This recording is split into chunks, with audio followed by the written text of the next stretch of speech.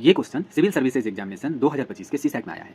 Question है आपका, what is the maximum value of n such that 7 into 343 into 385 into 1000 into 2401 into 77777 is divisible by 35 to the power n। यानी कि n का महत्तम मान क्या होगा। ये जो मल्टीप्लिकेशन दिया हुआ है 7 इंटू 343, 385, 1000, 2401 और 77,777 वो 35 टू द पावर n से विभाज्य हो। अब ये जो डिवीजन के ऊपर में क्वेश्चन है ना, वो अलग अलग एग्जामिनेशन जो यूपीएससी लेता है, हर एग्जामिनेशन में एक क्वेश्चन दो क्वेश्चन करके आता ही है। तो हम देखते हैं, अगर 35 से डिविजिबिलिटी का रूल हमको अगर चेक करना है तो सिंपल सा ये आपको याद रखना है, जो जब भी किसी नंबर से हमें डिवीजन करना होता है तो सबसे पहले चेक करते हैं वो नंबर अगर कंपोजिट है, ठीक है, तो हम उसको देखेंगे उस कंपोजिट नंबर को किस किस प्राइम नंबर के द्वारा जो है बनाया गया है। जैसा कि 10th क्लास के एनसीईआरटी में ही पहले ही चैप्टर में एक थ्योरम दिया हुआ है, फंडामेंटल थ्योरम ऑफ अर्थमेटिक्स। उस थ्योरम के अकॉर्डिंग अगर कोई भी कंपोजिट नंबर है, ठीक है, तो उसका जो है सिर्फ और सिर्फ यूनिक जो है प्राइम फैक्टर हो सकता है। तो 35 भी आपका कंपोजिट नंबर है, तो इसका दो यूनिक जो है आपका प्राइम फैक्टर होगा, एक तो होगा 5 और एक होगा आपका 7। 7 5 35। इसका मतलब 35 बनने के लिए मुझे दो चीज़ें, एक 5 की पावर 1 और एक 7 की पावर 1 चाहिए मुझे। अगर मैं आपसे पूछूं तो 35 टू द पावर 2 अगर होगा तब क्या चाहिए मुझे, तो इसका मतलब 5 इंटू 7 की पावर 2 होना चाहिए। इसका मतलब 5 का स्क्वायर इंटू 7 का स्क्वायर, मतलब 2 5 और 2 7 जो है मुझे चाहिए। अब यहाँ पे आपका क्वेश्चन पूछा है जो 35 टू द पावर n का। अब अगर मैं आपसे ये पूछूं, जो बताओ आप, जो आपके पास जो है 5 की पावर 4 है और 7 की पावर 7 है, तो बताओ इसमें से 35 कितना बनेगा। तो आप ऑब्वियस बोलोगे कि दोनों फैक्टर में से जिसकी पावर सबसे कम होगी, क्योंकि दोनों एक एक चाहिए 35 बनाने के लिए, तो 5 की पावर 4 और 7 की पावर 4।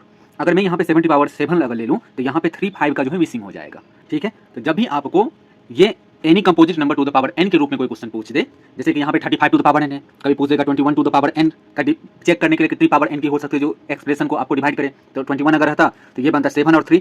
हम कुछ नहीं करेंगे, इस जो भी आपको गिवन होगा ना मल्टीप्लिकेशन, उस सभी का प्राइम फैक्टर करेंगे। उसमें से जैसे इस वाले केस में 35 में हमें 5 का पावर और 7 का पावर खोज लेना है, जिसकी पावर कम होगी वही इसका आंसर होगा। ठीक है, तो हम इस क्वेश्चन को शुरू करते हैं। तो आपको दिया हुआ है 7 इंटू 343, 385, 1000, 2401, 777777। अब देखो 7 में कितना है आपका, सिर्फ और सिर्फ 7 की पावर 1 है। अब देखो अगर मैं लिखूँ 343, 7 का क्यूब होता है। अगर मैं यहाँ पे 385 लिखूँ, ठीक है, तो ये 35 11 जा होता है, यानी कि 5 इंटू 7 इंटू 11। ऐसी अगर मैं 1000 की बात करूँ तो ये आपका 5 का क्यूब इंटू 2 का क्यूब से बनेगा। ऐसी अगर मैं 2401 की बात करूँ तो ये है आपका 7 की पावर 4, और ये 7 की बात करूँ तो ये इसको हम 7 इंटू 1111 के रूप में। अब देखो इसमें अगर आप ध्यान दोगे ना, 7 तो बहुत सारा है, 7 तो बहुत सारा है। तो अब हमें देखना ये है जो 5 की संख्या इसमें कितनी है। जैसे देखो 7 जो है आपका, 7 का पावर है 1, यहाँ पे 3 है तो 4,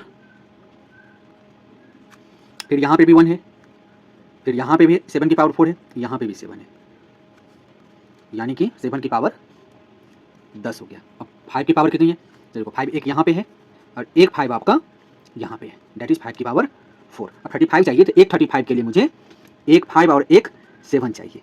तो यहाँ पे अगर मैं 4 5 है तो इसका मतलब 5 का 4, तो हम 4 7 का यूज करेंगे, यहाँ से 35 बनाएंगे, दैट इज 5 इंटू 7 की पावर 4। तो ये हो जाएगा आपका 35 टू द पावर 4। इसका मतलब n का वैल्यू कितना हो गया, 4। तो इसका राइट आंसर क्या है, 4। तो जब भी आपको इस तरह का पावर वाला क्वेश्चन पूछे तो आप सीधी बात है उस कंपोजिट नंबर का प्राइम फैक्टर्स पता कर लेना, और जिसकी आने की संभावना कम होगी वही इसका आंसर होगा। जैसे शॉर्ट ट्रिक के रूप में से देखो यहाँ पे आपका 7 बहुत सारा आ सकता है, ये भी 7 का पावर 4 है, ये भी, इसमें भी 7 है, यहाँ पे भी 7 की पावर क्यों, यहाँ पे 5 कम आएगा, एक 5 यहाँ पे है और 3 5 यहाँ पे है, तो सीधे में इसका आंसर बोलता 4।